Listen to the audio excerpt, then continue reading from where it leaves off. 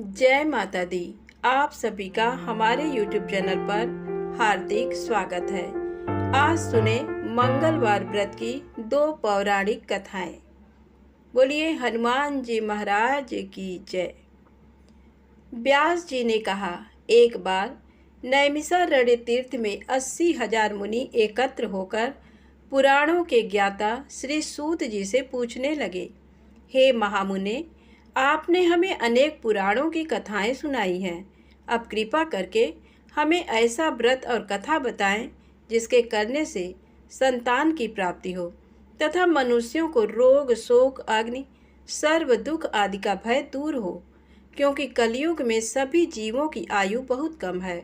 फिर इस पर उन्हें रोग चिंता के कष्ट लगे रहेंगे तो फिर वह श्रीहरि के चरणों में अपना ध्यान कैसे लगा सकेंगे। श्री सूत जी बोले, हे मुनियों, आपने लोक कल्याण के लिए बहुत ही उत्तम बात पूछी है। एक बार युधिष्ठिर ने भगवान श्री कृष्ण से लोक कल्याण के लिए यही प्रश्न किया था।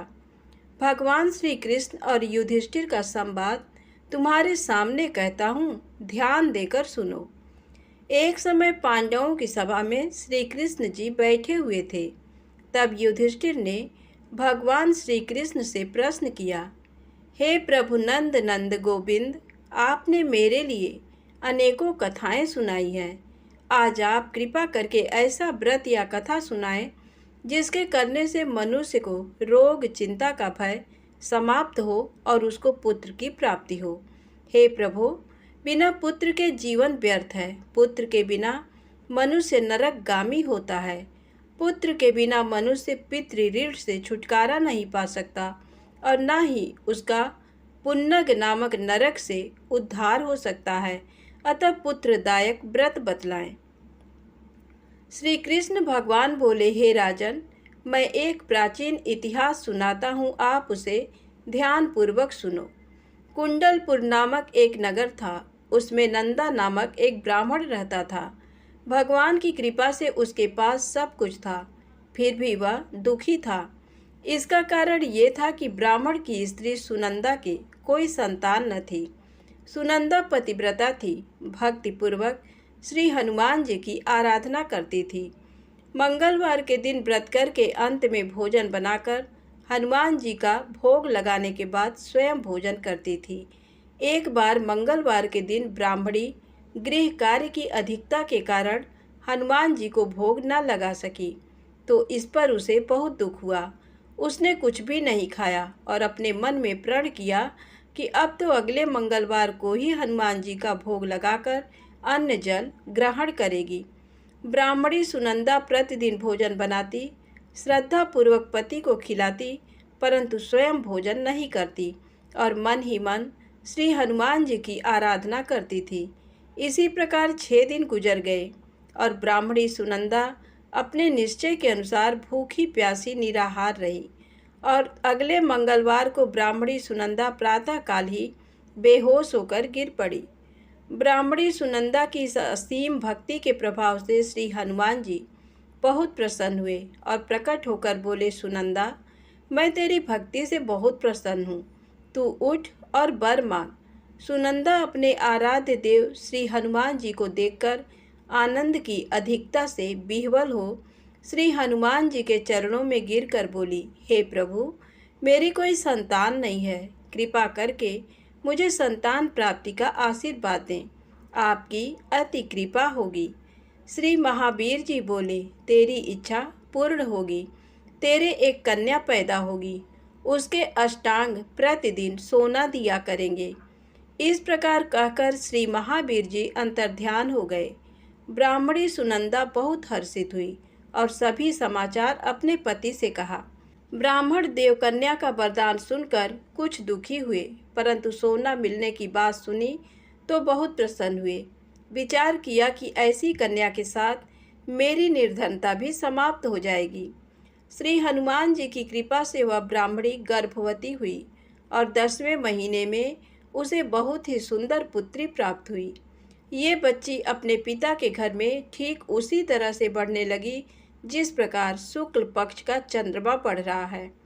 10वें दिन ब्राह्मण ने उस बालिका का नामकरण संस्कार कराया उसके कुल पुरोहित ने उस बालिका का नाम रत्नावली रखा, क्योंकि ये कन्या सोना प्रदान किया करती थी। इस कन्या ने पूर्व जन्म में बड़े ही विधान से मंगल देव का व्रत किया था। रत्नावली का अष्टांग बहुत सा सोना देता था। उस सोने से नंदा ब्राह्मण बहुत ही धनवान हो गया। अब ब्राह्मणी भी बहुत अभिमान करने लगी थी। समय बीतता रहा। अब रत्नावली 10 वर्ष की हो चुकी थी। एक दिन जब नंदा ब्राह्मण प्रसन्न चित्त था, तब सुनंदा ने अपने पति से कहा, मेरी पुत्री रत्नावली विवाह के योग्य हो गई है, अतः आप कोई सुंदर तथा योग्य वर देखकर इसका विवाह कर दें। ये सुन ब्राह्मण बोला, अभी तो रत्नावली बहुत छोटी है। तब ब्राह्मणी बोली, शास्त्रों की आज्ञा है कि कन्या 8वें वर्ष में गौरी, 9 वर्ष में रोहिणी, 10वें वर्ष में कन्या, इसके पश्चात रसवला हो जाती हैं।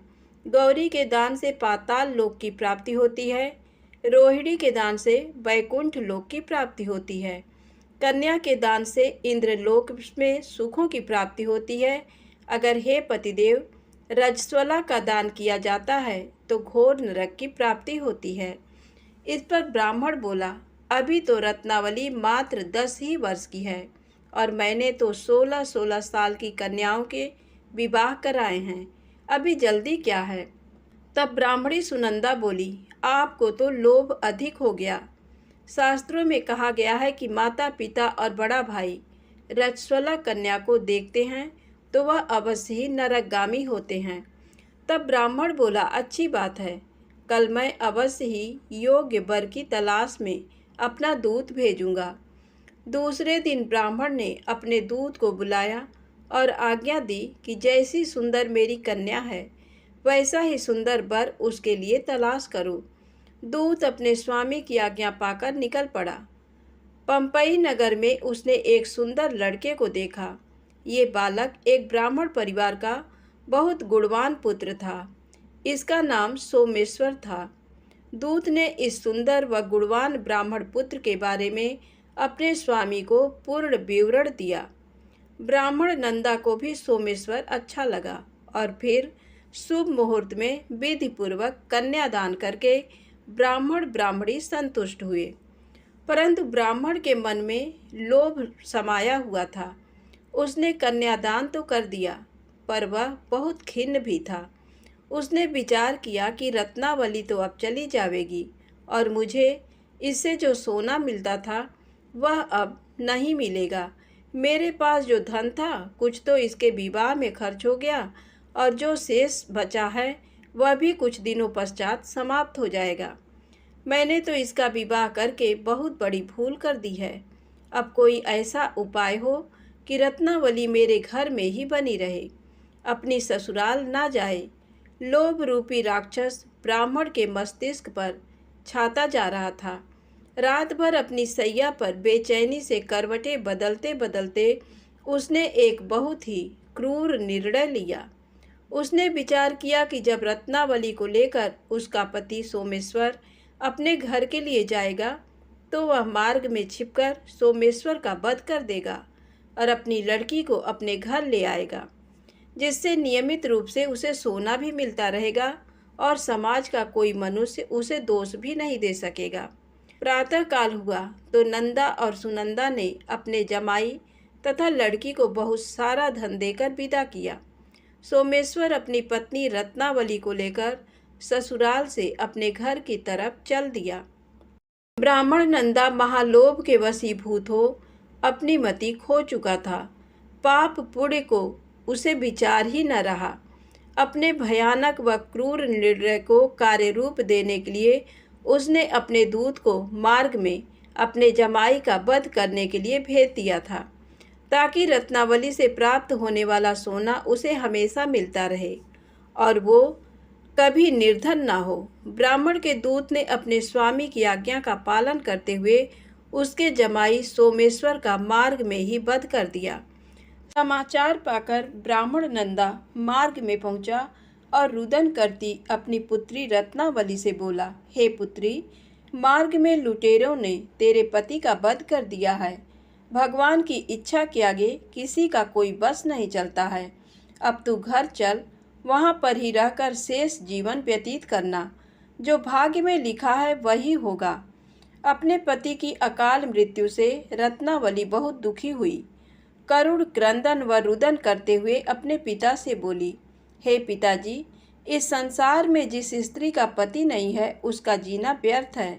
मैं अपने पति के साथ ही अपने शरीर को जला दूंगी और सती होकर अपने इस जन्म को, माता पिता के नाम को तथा सास ससुर के यश को सार्थक करूंगी। ब्राह्मण नंदा अपनी पुत्री रत्नावली के वचनों को सुनकर बहुत दुखी हुआ।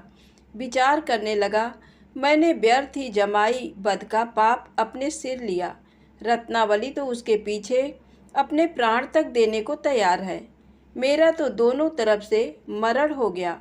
धन तो अब मिलेगा नहीं। जमाई बद के पाप के फलस्वरूप यम यातना भी भुगतनी पड़ेगी। ये सोचकर वह बहुत खिन्न हुआ। सोमेश्वर की चिता बनाई गई। रत्नावली सती होने की इच्छा से अपने पति का सिर अपनी गोद में रखकर चिता में बैठ गई। जैसे ही सोमेश्वर की चिता को अग्नि लगाई गई, वैसे ही प्रसन्न हो मंगल देव वहाँ प्रकट हुए और बोले, हे रत्नावली, मैं तेरी पति भक्ति से बहुत प्रसन्न हूँ, तू वर मांग।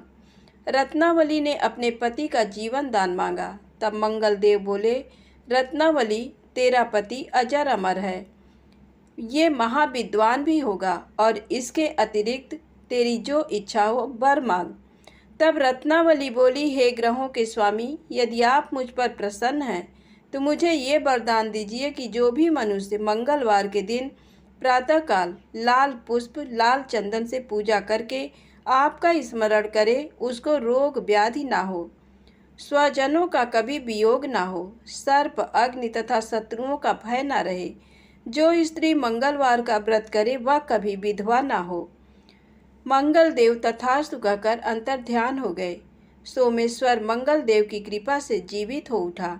रत्नावली अपने पति को पुनः प्राप्त कर बहुत प्रसन्न हुई और मंगल देव का व्रत प्रत्येक मंगलवार को करके व्रतराज और मंगल देव की कृपा से इस लोक में सुख ऐश्वर्य को भोगते हुए अंत में अपने पति के साथ स्वर्ग लोक को गई।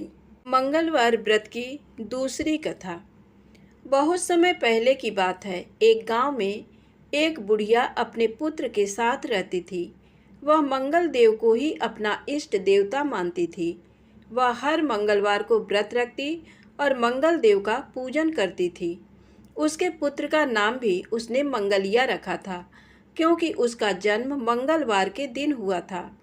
मंगलवार के दिन वह व्रत रखती और ना तो अपना घर लीपती और ना ही धरती खोदती थी। एक मंगलवार को मंगल देव उसकी भक्ति की परीक्षा लेने की इच्छा से उसके घर में साधु का रूप धारण करके आए। द्वार पर आकर बुढ़िया को आवाज़ दी। बुढ़िया ने साधु को प्रणाम किया और उनसे आने का प्रयोजन पूछा। साधु ने उत्तर दिया कि मुझे बहुत भूख लगी है, मुझे भोजन बनाना है, इसलिए तू थोड़ी सी धरती को लीप दे, तुझे बहुत पुण्य प्राप्त होगा।